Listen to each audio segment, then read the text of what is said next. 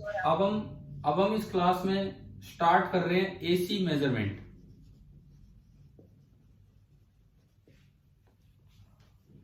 अभी हम इस क्लास में स्टार्ट कर रहे हैं एसी मेजरमेंट। देखिए इसमें क्या है, एक गैल्वेनोमीटर है। मान लीजिए एक था मूविंग कोइल गैल्वेनोमीटर जो आप पीछे देखते हैं, एक था मूविंग कोइल गैल्वेनोमीटर जो आपने पीछे देखा, और ये मेजर करता है डायरेक्ट करंट को, डीसी को मेजर करता है। ये एसी को मेजर कर नहीं पाता है। इसका कारण सुनो, एसी बार बार अपनी डायरेक्शन चेंज करेगा तो ये निडल कभी इधर जाएगी और कभी इधर जाएगी। अब इसमें बड़ा ध्यान से आपको ये समझना होता है, अगर एसी कई देर में डायरेक्शन चेंज कर रहा है, टाइम पीरियड ज्यादा है, मतलब फ्रीक्वेंसी कम है, मीन सुनिए, if time period of AC is more, यानी कि frequency 1 time period is less, तो ये निडल धीरे धीरे डिफ्लेक्शन दिखाएगी। तो इसका मतलब ये होगा, needle will show alternate deflection, needle will show alternate deflection on both the sides, दोनों साइड। जैसे आप मैनुअली कहीं हल्का एसी जनरेट करते हैं मैग्नेट को मूव करा के ईएमआई से हल्का, तो ये निडल डिफ्लेक्शन दिखा देती है। लेकिन अगर असली जनरेटर ले आओ, बड़ा फास्ट रोटेट करता है, तो ये इतनी फास्ट इधर उधर होगा कि अगर बड़ा फास्ट एसी का टाइम पीरियड है, मींस टाइम पीरियड कम है, फास्ट रोटेशन का मतलब टाइम पीरियड कम है, तो फ्रीक्वेंसी ज्यादा होगी। और फ्रीक्वेंसी अगर ज्यादा है तो needle will always show average value, यानी कि 0।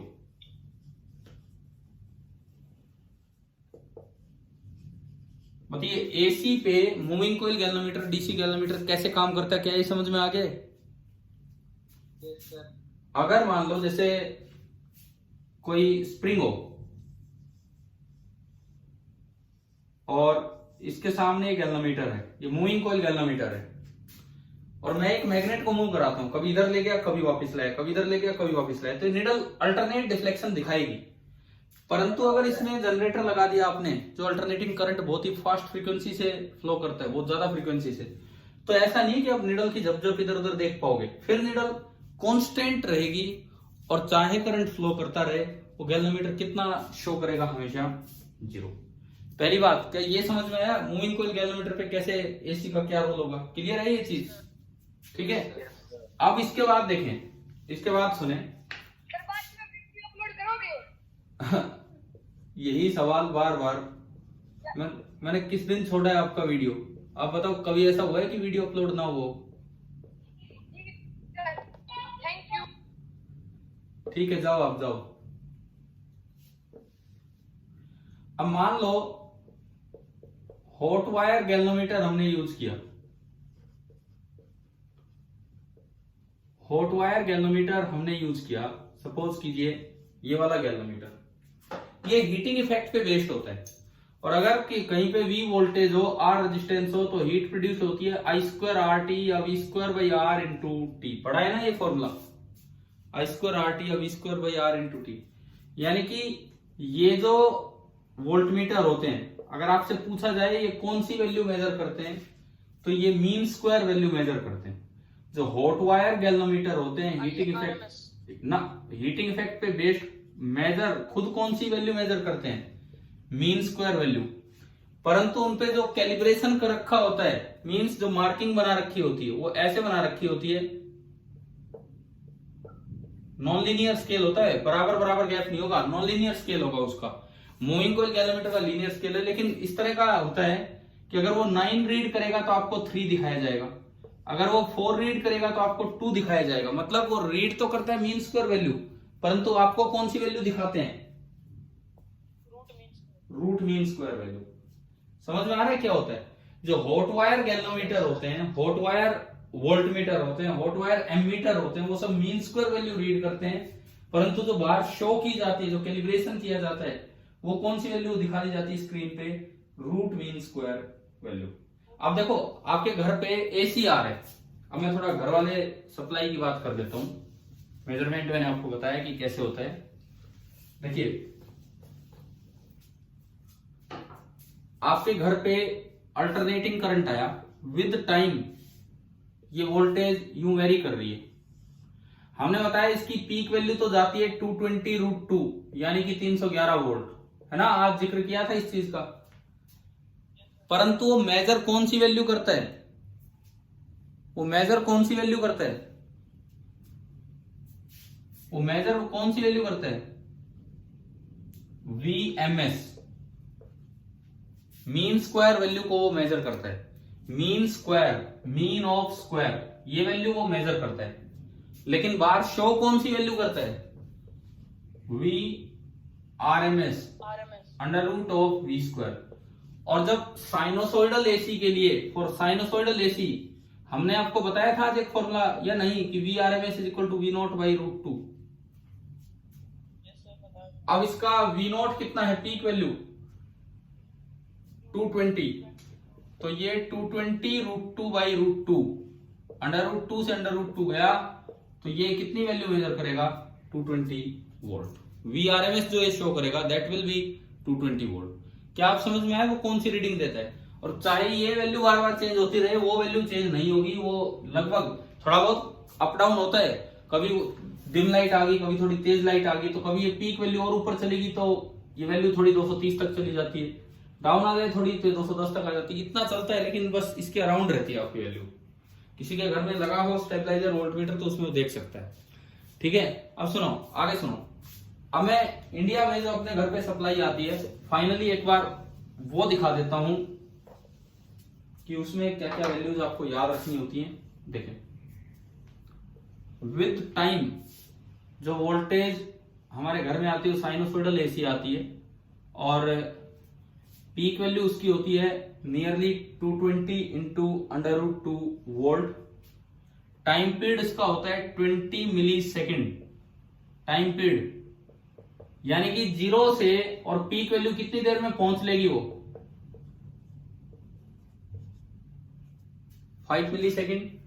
पीक से 0 10 मिली सेकेंड, 10 से दूसरी साइड पीक 15 मिली सेकेंड, और 15 से वापस 0, फिर ये पीक से 20 मिली सेकेंड। यहां से फ्रीक्वेंसी निकालो, फ्रीक्वेंसी ऑफ एसी, क्या फॉर्मूला होता है फ्रीक्वेंसी का, 1 टाइम पीरियड, 1/20 मिली, मिली मतलब 10⁻³ सेकेंड। तो ये 10⁻³ ऊपर गया 1000 बन के, अपॉन 20 सेकेंड इनवर्स को हर्ट्ज बोलते हैं, है ना। फ्रीक्वेंसी की यूनिट पता है हमें, कितनी हर्ट्ज आ गई, तो ये तो सुन रखा होगा कि नहीं कि भारत में जो सप्लाई आती है उसकी फ्रीक्वेंसी 50 हर्ट्ज है। तो अब सुन लिया, अब आ गया समझ में। याद रखें हम ये कि इंडिया में जो सप्लाई दी जाती है पावर हाउस की तरफ से घर में, वैसे कितनी भी हो सकती है, ये कितनी होगी फ्रीक्वेंसी किस बात पे डिपेंड करेगा कि जनरेटर किस तरह रोटेट कर रहा है, उस पर डिपेंड करेगा। जनरेटर की रोटेशन की जो फ्रीक्वेंसी होगी उस पर डिपेंड करता है।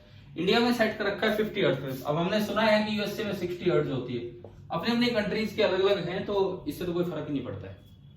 ठीक है, तो ये इंडियन वैल्यूज हैं जो हमें याद रख लेनी चाहिए कि कहां कितनी होती है। चले भाई आगे बढ़े हम।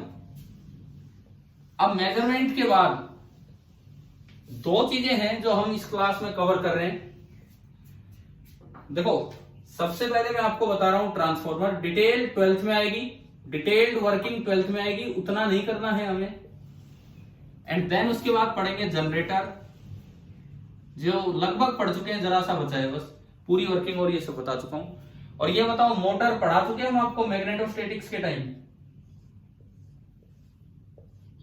हो चुका है ना ये, तो जनरेटर भी ऑलमोस्ट हो चुका है, जरा सा बताना है। तो अब एक बार बस ये 2 टॉपिक देखते हैं, ट्रांसफॉर्मर और जनरेटर।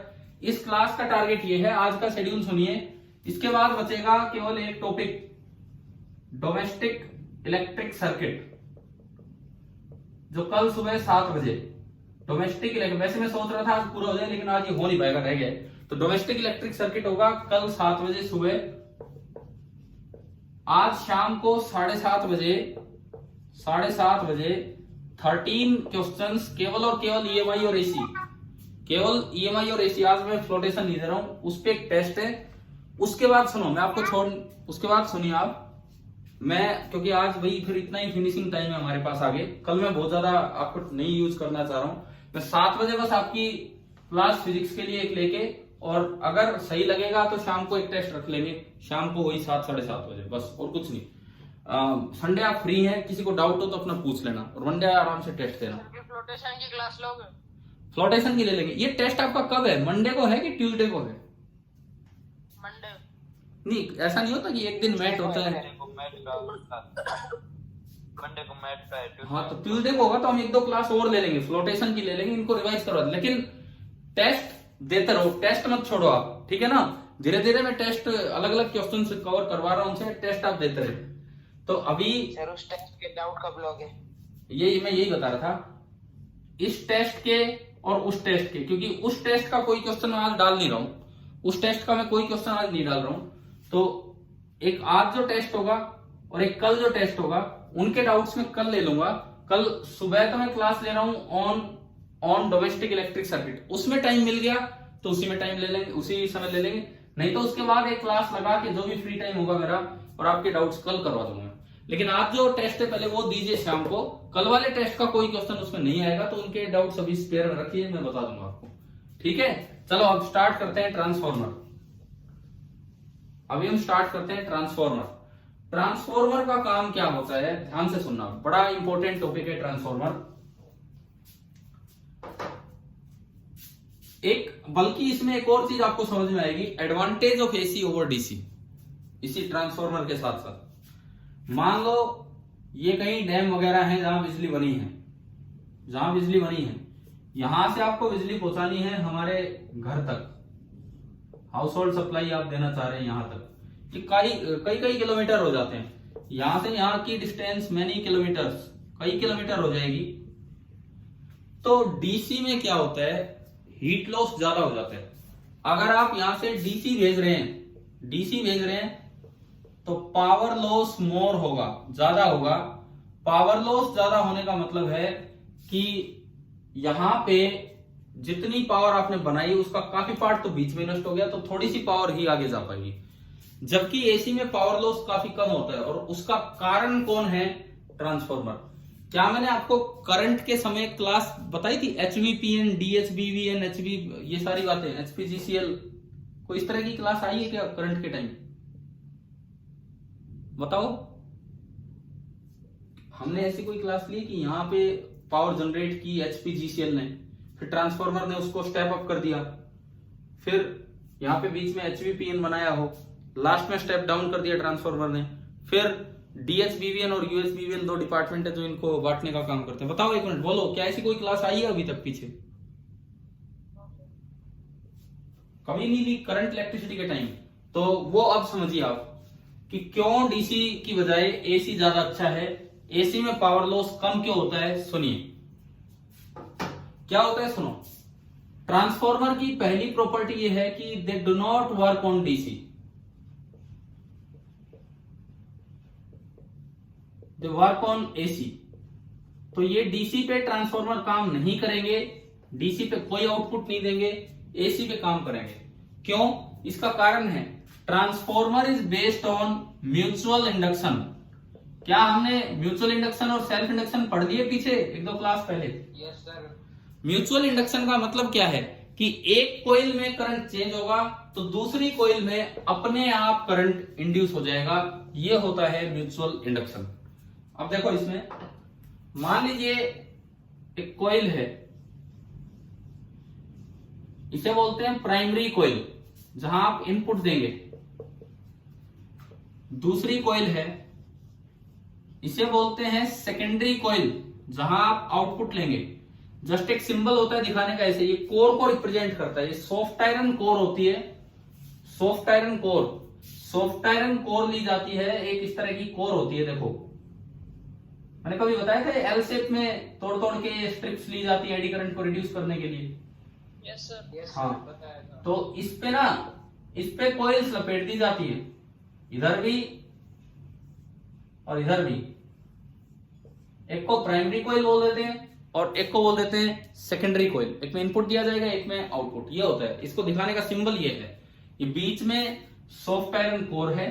जो एक्चुअली ट्रांसफॉर्मर बनाया जाता है असल में, उनमें तो प्राइमरी और सेकेंडरी एक दूसरे के ऊपर लपेटी जाती है। पहले प्राइमरी लपेट दी जाएगी, फिर कपड़ा सा लगा दिया जाएगा इंसुलेटर, फिर सेकेंडरी।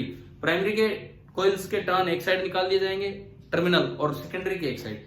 उतना टेक्निकली डिटेल में हमें नहीं जाना है, हमें केवल अभी जो देखना है बस ये समझना है कि ये किस तरह से काम करेगा। देखो, अगर आपने यहां डीसी सप्लाई दे दी तो कांस्टेंट करंट फ्लो करेगा। अब एक एक बात का जवाब देते चलना। अगर कांस्टेंट करंट फ्लो करेगा, अगर कांस्टेंट करंट फ्लो करेगा तो क्या इसकी वजह से वहां फ्लक्स लिंक होगा कि नहीं, बताओ। अगर कांस्टेंट करंट फ्लो करेगा तो क्या प्राइमरी की वजह से सेकेंडरी में मैग्नेटिक फ्लक्स लिंक होगा कि नहीं होगा, बोलो। अगर इसमें कांस्टेंट करंट फ्लो कर रहा है तो क्या वो करंट अपना फील्ड फैलाएगा, मैग्नेटिक फील्ड? बिल्कुल फैलाएगा, मैग्नेटिक फील्ड फैलाएगा, और वो फील्ड लाइन वहां से भी पास होंगी इस तरह से घूम के। तो बताओ क्या इनमें से फ्लक्स बना कि नहीं, सेकेंडरी के टर्न्स में से बना। लेकिन उसमें दिक्कत क्या है, ये करंट कांस्टेंट है तो वो भी कांस्टेंट होगा, तो सेकेंडरी में से जो फ्लक्स होगा वो भी क्या होगा, कांस्टेंट। तो उसका डिफरेंशिएशन कितना हो जाएगा, 0। तो इसका मतलब सेकेंडरी साइड ईएमएफ इंड्यूस कितना हुआ, सेकेंडरी साइड ईएमएफ इंड्यूस 0।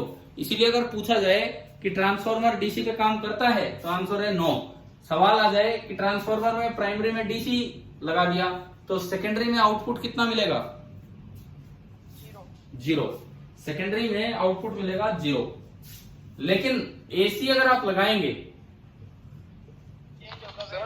हाँ सर, अगर वेरिएबल डीसी लगाएं तो?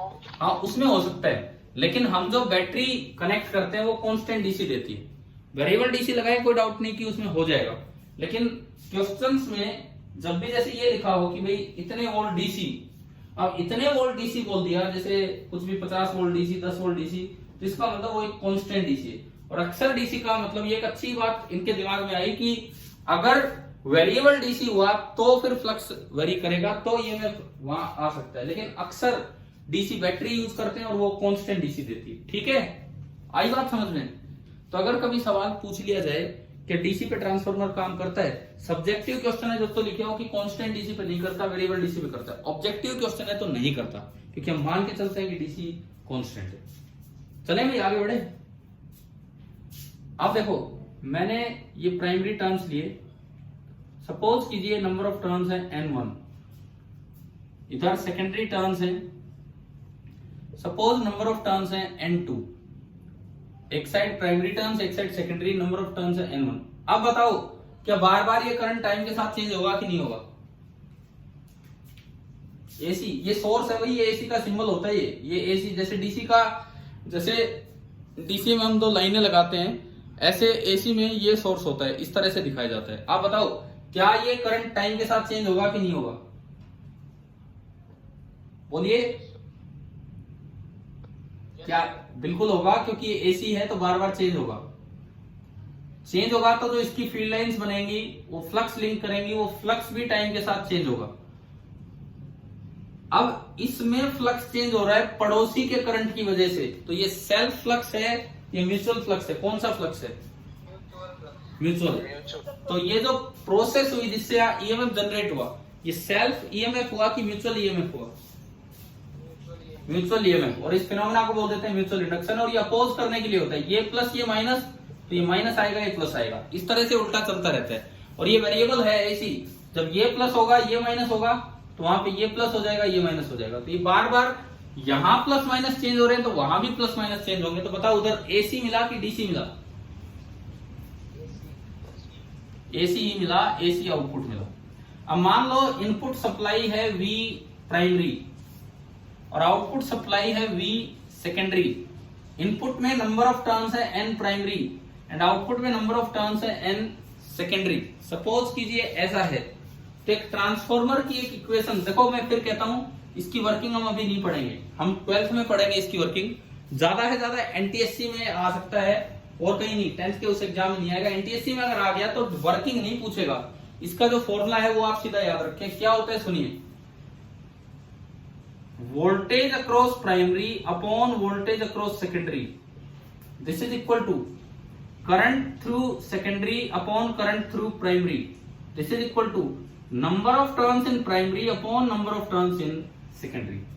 ये एक फॉर्मूला है जो आप याद रखें, 12th में हम पढ़ेंगे। अभी हम इसकी वर्किंग में नहीं जाएंगे, नहीं तो 1-1.5 घंटा पूरा वर्किंग में ही चला जाएगा और जरूरत ही नहीं उसको करने की।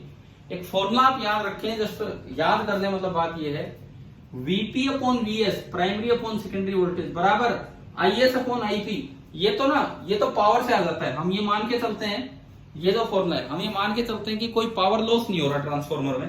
तो अगर कोई पावर लॉस नहीं हो रहा तो इनपुट पावर बराबर आउटपुट पावर। अब पावर का फॉर्मूला होता है V इंटू आई, पढ़ाया हमने, power is equal to V into I. तो Vp into Ip, power loss ना माना इस वजह से लॉस होते हैं ट्रांसफॉर्मर में, 4-5 तरह के लॉस होते हैं, लेकिन उससे भी 1-2% पावर नष्ट होती है, 98% के आसपास पावर आगे चली जाती है। और ये लॉस वो सब 12th में पढ़ेंगे। अभी इतना देखो, यूं तो कोई लिमिट ही नहीं है, सारा 12th हम ही पढ़ दो, पर ट्रांसफॉर्मर आपके उसमें दे रखा है सिलेबस में, इसलिए मैं आपको करवा रहा हूं, बस इतना कि आपको समझ आ जाए कि कैसे क्वेश्चन आ सकते हैं। तो Vp Ip बराबर Vs Is, ये पावर कंजर्वेशन आपने लगाई। तो यहां से देखो क्या ये बन गया कि नहीं, क्या ये वाला फॉर्मूला बना कि नहीं।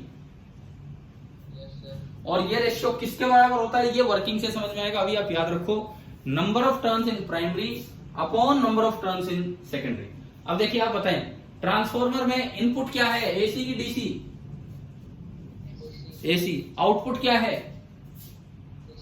एसी। तो क्या ये एसी को डीसी में कन्वर्ट करता है ट्रांसफॉर्मर? नहीं करता, ना डीसी को एसी में। ये एसी को एसी रखता है, बस उसकी वोल्टेज लेवल चेंज कर देता है। अब वोल्टेज लेवल कम करता है कि ज्यादा, वो यहां से पता लगेगा। देखिए रिपीट ऐसा है, मैंने इसकी वर्किंग नहीं समझाई आपको, मैंने एक फॉर्मूला दिया है केवल कि भाई पावर लॉस होता नहीं है, मानते हुए चले तो इनपुट पावर बराबर आउटपुट पावर, तो V इंटू आई बराबर V इंटू आई। तो वहां से Vp अपॉन Vs तो आ गया Is अपॉन Ip। दूसरी बात ये, अब जैसे एसी लगाया तो Vp कौन सी वैल्यू है, एसी में तो वेरिएबल वैल्यू होगी, एसी लगाया तो ये Vp होती है RMS वैल्यू।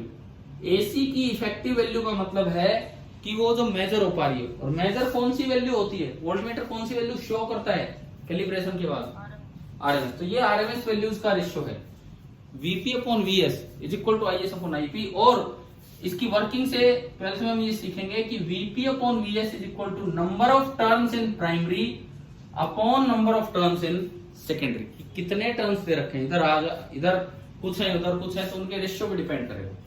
ये फॉर्मूला हमारे काफी काम का है, ये आप याद रखें। अब इससे बनते हैं 2 तरह के ट्रांसफॉर्मर, एक स्टेप अप ट्रांसफॉर्मर और दूसरा स्टेप डाउन ट्रांसफॉर्मर। बारिश आ रही है आपके वहां पे? बहुत तेज बारिश आ रही है, यहाँ तो बहुत तेज बारिश आ रही है, इस तरह का काम है। देखिए नहीं, मैं यहाँ कनीना की बात कर रहा हूँ, यहाँ तो काफी तेज बारिश है, और लेकिन मैं तो गर्मी में ही पढ़ा रहा हूँ अंदर, ये बारिश बाहर आ रही है। देखिए step up transformer, step down transformer. Step up transformer किसे बोलते हैं, जब आउटपुट वोल्टेज ज्यादा हो इनपुट से। अगर आपको बाहर ज्यादा वोल्टेज मिल रही है, आउटपुट साइड ज्यादा वोल्टेज मिल रही है, इनपुट साइड कम वोल्टेज मिल रही है, तो इसे बोलते हैं स्टेप अप ट्रांसफॉर्मर। और स्टेप डाउन किसे बोलते हैं, जब आउटपुट साइड वोल्टेज कम हो इनपुट से, V सेकेंडरी जो बाहर मिलेगी वो कम मिले V प्राइमरी से। ये केवल रेशियो इस पे डिपेंड कर रहा है, देखो इस पे डिपेंड कर रहा है। स्टेप अप ट्रांसफॉर्मर वो होगा जिसमें number of turns in secondary ज्यादा होंगे number of turns in primary से, तो अपने आप Vs ज्यादा होगा। स्टेप डाउन ट्रांसफॉर्मर वो होगा, स्टेप डाउन, जिसमें number of turns in secondary कम होंगे। मान लो किसी में इधर 1000 टर्न है और उधर 10 टर्न है, प्राइमरी साइड 1000 है, सेकेंडरी साइड 10 है, तो वो स्टेप अप है कि स्टेप डाउन है? Step down. वो वोल्टेज को कम करवा रहा है। अगर प्राइमरी साइड 10 है और सेकेंडरी साइड 1000 है, तो ये कौन सा हो गया, स्टेप अप। वो वोल्टेज बढ़ा रहा होगा। और इन सब क्वेश्चंस के लिए आप इस तरह का फॉर्मूला यूज करेंगे, इस तरह का ये फॉर्मूला। चले बताओ, ट्रांसफॉर्मर आ गया समझ में? इतना ही पढ़ना, इससे ज्यादा नहीं पढ़ना हमें ट्रांसफॉर्मर। एक अच्छी कॉपी आप बनाएंगे ट्रांसफॉर्मर की, लेकिन 12th में। अभी तो हमें जस्ट यूं लगा लो कि कैसा क्वेश्चन आ सकता है एनटीएससी में, उस तरह के लिए ट्रांसफार्मर पढ़ना था। वैसे 10th के सिलेबस में नहीं है ये, बट एनटीएससी के लिए ये पढ़ लेते हैं। हाँ जी भाई बोलिए, ट्रांसफार्मर क्लियर है यहाँ तक? Yes sir. ठीक है, एक बार मैं रिपीट कर दूं तो बात इतनी सी है। इसका प्रिंसिपल बताओ, किस प्रिंसिपल पे बेस्ड है ये ट्रांसफार्मर? Mutual induction. क्या ये डीसी पे काम करता है? No sir. नो। नहीं करेगा। डीसी अगर लगा दिया तो आउटपुट कितना मिलेगा? 0। एसी अगर लगाया तो कैसे पता है कि आउटपुट बढ़ा के दे रहा है कि कम करके दे रहा है? Number of turns in primary and secondary. अगर number of turns in secondary ज्यादा हो तो आउटपुट बढ़ा के देगा, कम हो तो कम करके देगा। क्या ट्रांसफार्मर से जो आउटपुट मिलेगा उसकी फ्रीक्वेंसी और इनपुट की फ्रीक्वेंसी सेम होती है कि अलग होती है?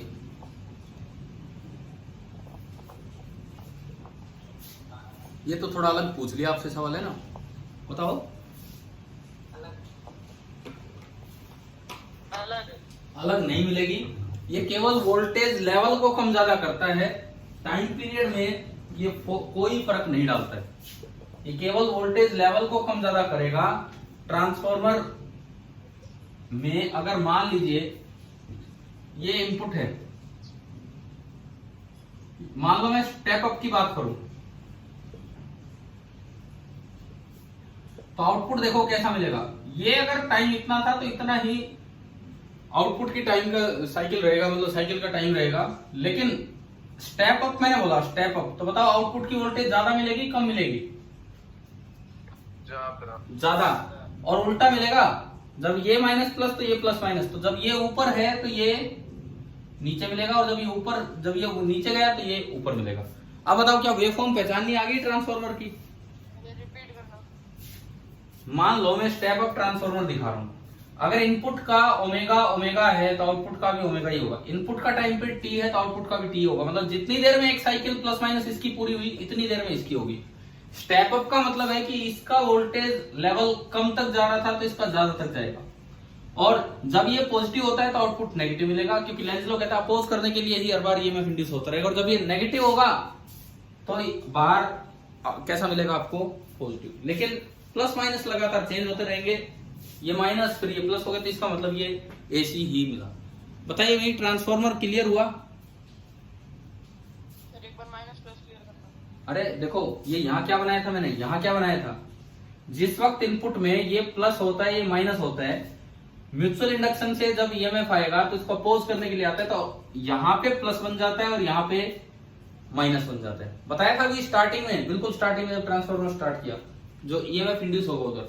इसका मतलब जब ऊपर इस पे पॉजिटिव है तो इस पे ऊपर नेगेटिव आ रहा है, और मान लो ऊपर अगर पॉजिटिव आए, मैं उस साइकिल को प्लस वाली साइकिल मानूं तो इस पे ऊपर पॉजिटिव है तो ये पॉजिटिव साइकिल है, लेकिन उस पे ऊपर नेगेटिव आ रहा है तो इसकी नेगेटिव साइकिल पहले मिलेगी, देन इसकी नेगेटिव है तो इसकी पॉजिटिव साइकिल पहले मिलेगी।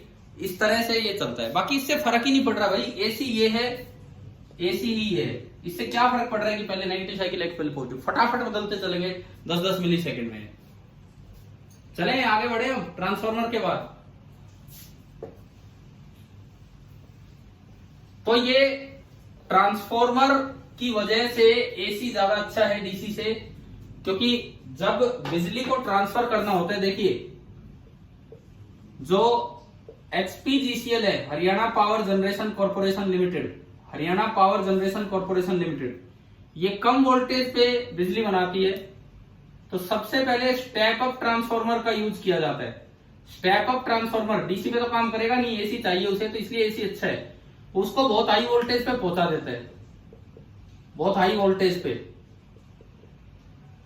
क्या ये नाम पहली बार ले रहे क्या हम अपनी क्लास में? बताओ, आखिरी 10 मिनट बचे हैं, जल्दी बताओ। कोई नो सर कह रहा है, कोई यस सर। ये हरियाणा की एक कंपनी है, सरकारी company, Haryana power generation corporation limited.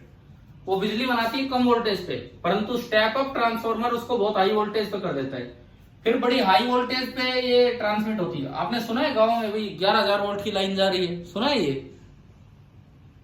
Yes sir. बड़ी थोड़ी खतरनाक होती है, उससे एक्सीडेंट भी हो जाते हैं। एक्सीडेंट का मतलब है इवन डेथ भी हो जाती है अगर उनके टच वच हो जाए दूर से भी आप। तो ऐसा हुआ भी है, मेरे सामने भी एक इंसिडेंट हो चुका है, बिल्कुल सामने, लाइव ही मैंने देखा था ऑलमोस्ट।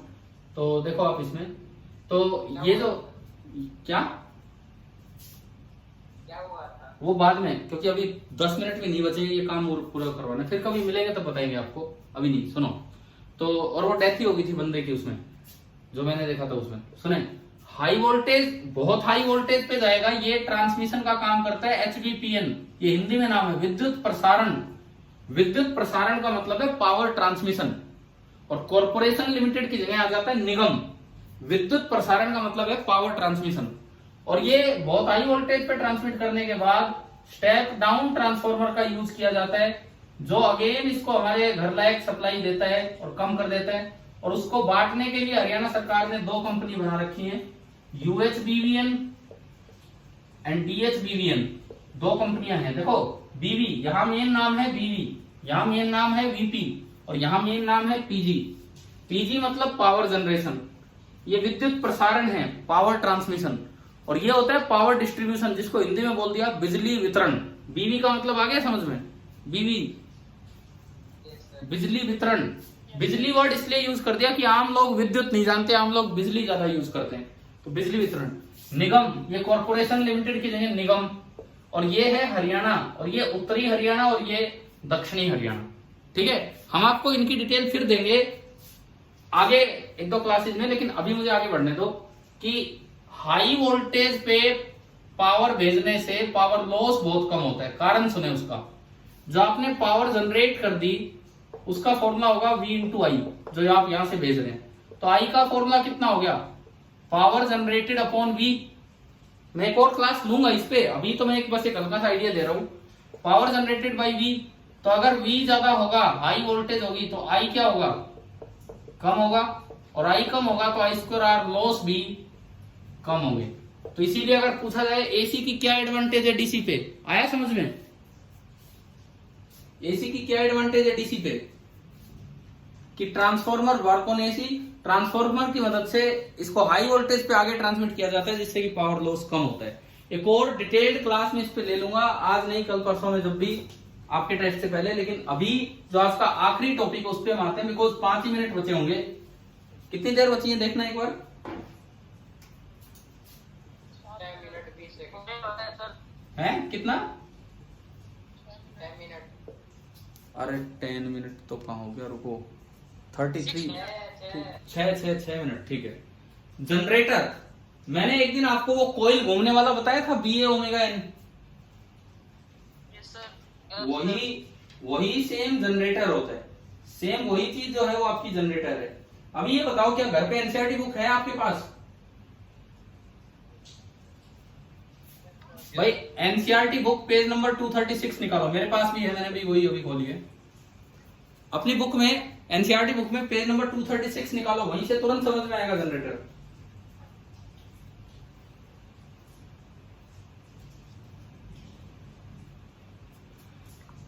हाँ जी, निकाल लिया, बताओ। इसमें 2 मैग्नेट्स दिखा रखे हैं, एक नॉर्थ पोल और एक साउथ पोल। मैग्नेट दिखा रखे हैं सर। भाई एक मैग्नेट के 2 पोल दिखा रखे हैं, नॉर्थ और साउथ। ये मैग्नेट के बाहर का हिस्सा होता है, मैग्नेट के बाहर फील्ड होगा नॉर्थ से साउथ, और मैग्नेट के अंदर होगा साउथ से नॉर्थ। दीज में बी परमानेंट मैग्नेट, ये पोल्स बनाने होते हैं यहां। दीज में बी परमानेंट मैग्नेट और दे में बी इलेक्ट्रोमैग्नेट। ये परमानेंट मैग्नेट भी हो सकते हैं और ये इलेक्ट्रोमैग्नेट भी हो सकते हैं, मतलब ये पोल्स बनाने हैं, मेरा टारगेट ये है। तो किसी तरह यहां फील्ड जनरेट कर दिया। अब इस फील्ड में देखो, एक कोयल, आर्मेचर कोयल बोलते हैं उसे, जैसे मोटर में होती थी वैसी। ABCD नीचे दिख रही है कोयल, उसके बीच में।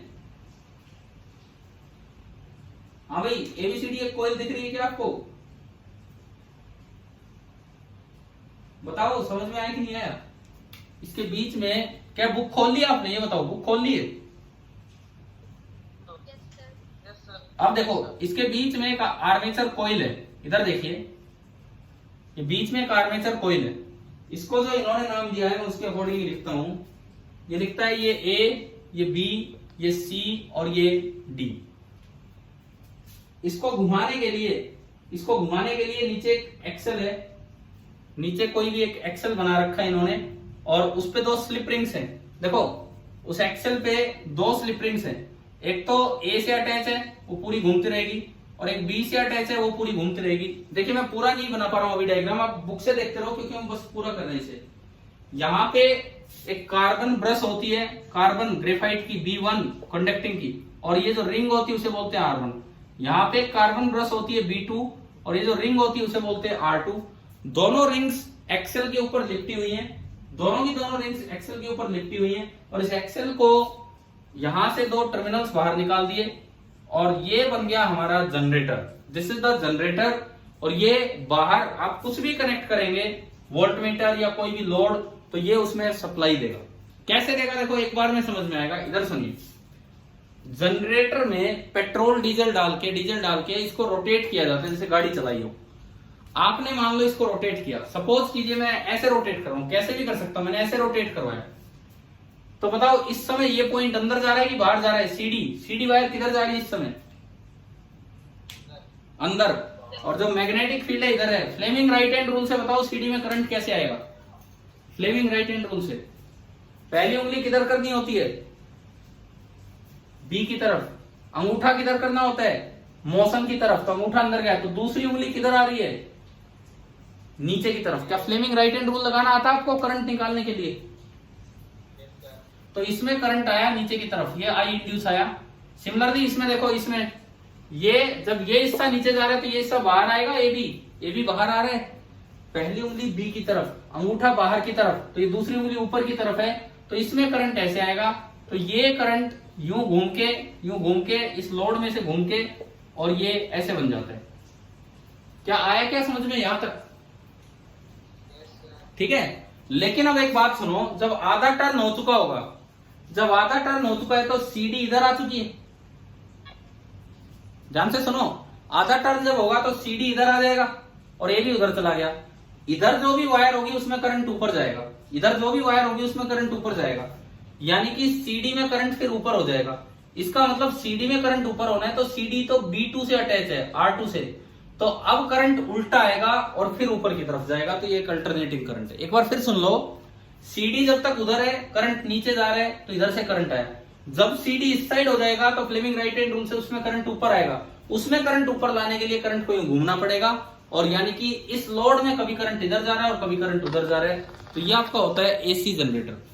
क्या समझ में आया एसी जनरेटर कैसे काम करता है? और इसकी डिटेल्ड वर्किंग उस दिन मैं बता चुका जिसमें वो इक्वेशन लाए थे हम। EMF induced BA omega N sine omega T या कोस ओमेगा टी, कुछ करवाया था ऐसा एक बार? मैक्सिमम वोल्टेज ये थी, पीक वैल्यू बताओ। क्या ये फॉर्मूला पीछे आ चुका है BA ओमेगा एन वाला? ठीक है, क्लियर है? ये कुछ साइक्लिंग वाले एक्सपेरिमेंट भी किए थे, वो क्वेश्चन लिए थे, उन पे क्लियर है कि नहीं वो बात बताइए यार आप।